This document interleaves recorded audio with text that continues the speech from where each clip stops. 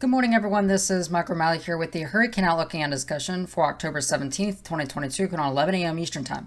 We have a lot to talk about today, including a tropical cyclone threat increasing for portions of Mexico over the next couple of days, and the potential for a significant United States cool down. So let's go and jump straight into everything. Taking a wide look across the tropical Atlantic this morning, we notice that there's not really much across the basin currently. We do have two tropical waves far to the east of the Lesser Antilles right now. These are not really expected to go on to do much, although some subtropical development could be possible. There's some hints in the models of that, but so far, no significant indications of anything threatening land, which is certainly some good news. And the hurricane season does seem to be winding down, so that's obviously very good, but still keep everything in mind that hurricane season doesn't end officially until November 30th. However, in the Eastern Pacific Basin, there is a system that we will be monitoring over the next several days. The National Hurricane Center has highlighted this area south of Mexico right now that does have a 50% chance of development over the next 5 days, and this system will have to be monitored for potential development and also the potential for threats to portions of Mexico or the Baja Peninsula. If we look here at the GFS forecast evolution of this system, we notice that it starts to develop here pretty rapidly over the next couple of days. And in fact, here we end up with a tropical cyclone that ends up forming within just about the next 5 to 6 days and starts to begin heading towards the northwest here. This will have to be monitored because the steering patterns do favor a potential recurve back into Mexico, and the GFS does indicate this in the long range, so do be preparing. If you look here at the GFS forecast, this is valid for the 23rd of October. So here in just a few days, we notice that we do have the tropical system indicated by the GFS now closing in on the coastline of Mexico. Now, obviously, this is going to vary between run to run, and different models will show different things. So it's not good to be focused solely on what this model shows, but it does show the indication for a landfall somewhere close to the Baja Peninsula or Mexico within the next couple of days. So it is best to review your hurricane preparedness plans now and have them ready just in case. Moving into the severe weather aspect of everything, we have several areas for possible severe weather today, so let's go and jump straight into everything there. First off here, we'll take a look at the surface map for this morning. We notice that it is quite active out there. We have a big winter weather / lake effect snow event right now across portions of Michigan on the lake there. And then we also have a cold front that is diving southward across portions of the southern U.S. And we kind of notice the temperature difference between near 80 degrees right now in Orlando compared to the 50s near Memphis. And also back across the northwestern part of the U.S., we also have some very cold temperatures back into the 20s and 30s. There is a threat for severe weather today across portions of the Florida Peninsula. This mainly includes the threat for damaging winds and large hail. We noticed that the instability values this morning across the Florida Peninsula are already beginning to rise now, with surface-based CAPE values now reaching into the 2000s.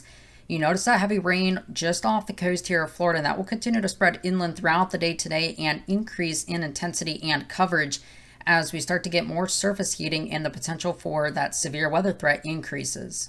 If you look at the simulated radar coming off the HRRR forecast here, we notice again where that marginal risk is placed, and we notice these showers and thunderstorms beginning to spread inland and increase in intensity and coverage. Some of these storms will be capable of producing some large hail over towards the I-4 corridor, potentially going into Melbourne and the Palm Bay, maybe even West Palm Beach area. But we notice here, if we look at the 0 to 3 kilometer SRH values, they aren't really all that strong, and that leads me to believe that the severe weather threat is going to be very limited to where these sea breeze locations are, because those will increase the storm relative helicity, increase the updraft potential, and increase that wind damage threat as well. Maybe some hail in these storms as well, but no tornado potential, it seems, at least for the moment. But it is that time of the year where we start having to talk about the winter weather aspect of things. That is right. Winter weather is now upon us in portions of the United States. So let's go and look at what's going on out there.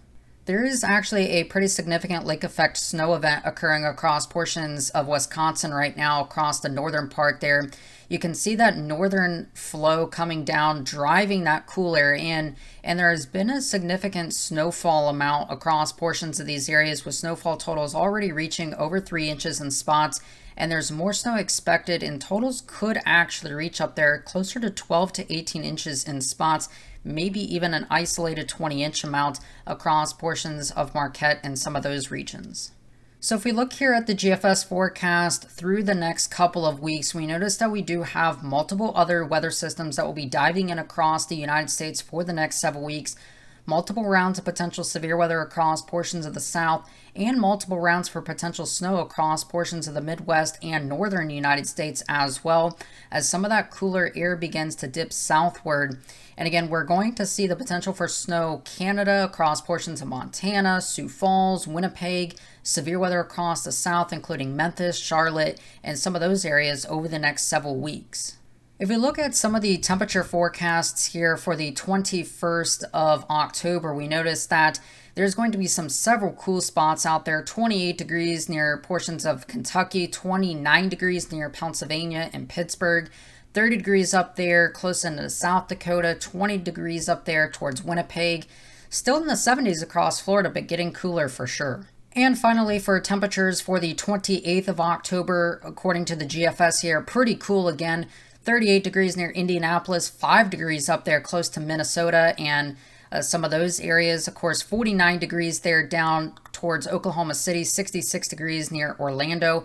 Certainly very cool weather shaping up for the next couple of weeks.